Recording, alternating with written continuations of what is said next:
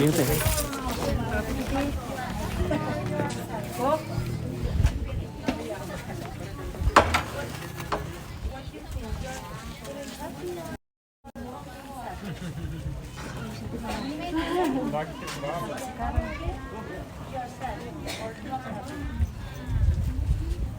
Okay, this is the changing clothes for the